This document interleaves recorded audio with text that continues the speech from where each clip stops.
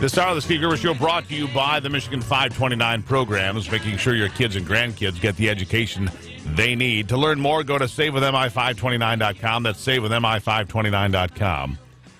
Federal Reserve Chair Janet Yellen and her colleagues, this from Bloomberg, getting exactly what they wished for, just faster than they expected. The price of goods and services rose in January from December 0.3%. They had pushed costs up 1.7% over the past 12 months. They're trying to get to 2%. They say that's the healthy sweet spot for inflation, which I guess I didn't realize there was a sweet spot for inflation. But I'll bet our next guest, Clark Hodges, knew that. He's a financial strategist. Clark, welcome to the program. I cannot tell a lie. I did not know there was a sweet spot. I didn't either. I've never heard of such a thing. I remember growing up watching Walter Cronkite tell us about inflation, and I always got the impression it was a bad thing. Well, and I'm no economist, okay? So I grew up with a father that said you have to beat inflation with your investments, and that's all I know about. That's right. Yeah, inflation. That's what I was told. Beat inflation. And between 1900 and 2000, or, pick a century in there, inflation over a century was about, 3.6, 3.8% per year over 100 years on average. So if we're at 1.7%, I would think that was a good thing because I don't know any better. But I also know that wages have stagnated. So if inflation's going up half of what it has historically over the last century, but wages aren't increasing, I think it would help keep people buoyant. At least that's my idea. Well, in my opinion, people listening to this right now need to understand what they're saying. Okay, who cares, inflation? But what reality is, you just said, wages are staying flat. Okay, they're not going up as much. So you, as an individual, need to understand that the goods and services that you're buying today, in 5 and 10 years from now, will cost more. The same exact service will cost more. Therefore, as you go through life, you need to have investments that will beat inflation. And you don't necessarily need to judge it on a 1 or 2 year time frame. You need to judge it on a 5 and a 10 year time frame.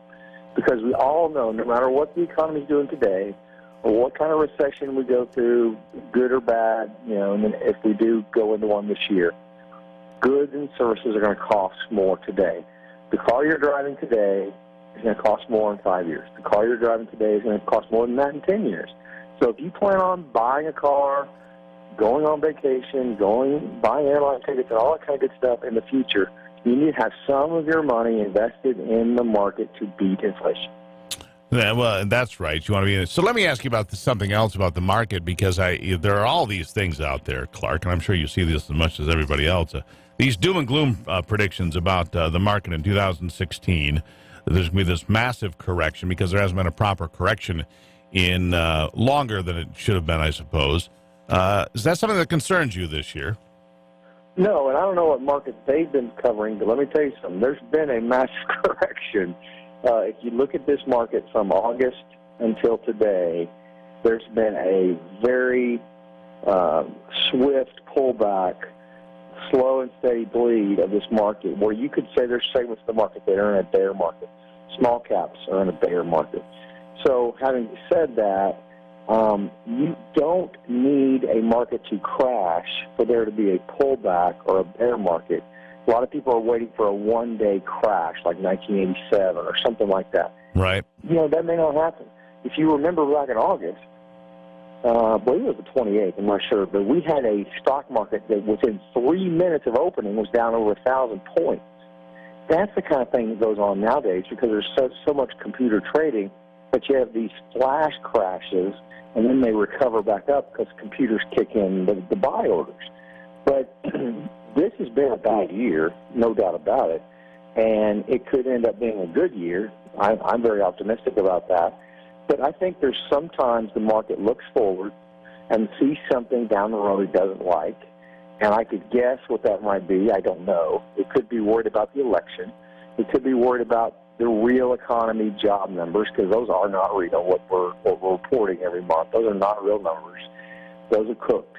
And so maybe there's going to be something to pay for that. The jobless numbers are cooked is what you're saying. Yeah. Yeah, that's exactly right. Because, there's something else going back to when I grew up, and I think it was changed in 1996. We always use the U6 numbers for unemployment, which today stand at about 10%, by the way, which is a much more accurate reflection of unemployment in America. It's certainly not 4.9%. Listen, we've got 95 million Americans out of work, not participating in the job force, that are able-bodied and of the proper age.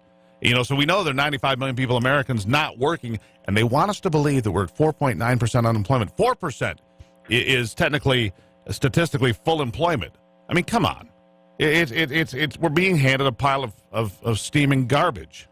No doubt about it. We're being handed that pile on that issue. We're being handed that pile on the effects of Obamacare. Obamacare is crushing people. It is crushing people. Not only are they paying a penalty, like you and I, but it's preventing employers from moving their businesses forward and hiring people. And that is a fact, but yet nobody will report the fact that this is the main ingredient in why the economy's not kicked in. When oil prices are where they are, it's because Obamacare is killing our economy. United Healthcare lost over $1 billion in 2015, the nation's largest healthcare provider as far as insurance goes. United Healthcare lost $1 billion, more than that, last year alone. How long do they stay in the game? I'll give you 20 seconds for the last word. Well, I guarantee you, if a Republican gets elected, the stock market will roar, because we all know they're going to repeal Obamacare. At least they say they are, right? Hopefully they do what they do. Once they do that, once a pro-business person gets in there, the economy will hum. And believe me, this economy will have that. I hate to say it because people hate the term, but the trickle down will work. When you have good businesses and good communities, those communities benefit. Those communities prosper. Their parks are in good shape. Their charities are funded well. It's because their businesses are prospering, making money, and employing people. Clark Hodges, always a great conversation. Thank you. Thank you. Yeah, Clark Hodges, good friend of the program here for years now. It's the Steve Gruber Show.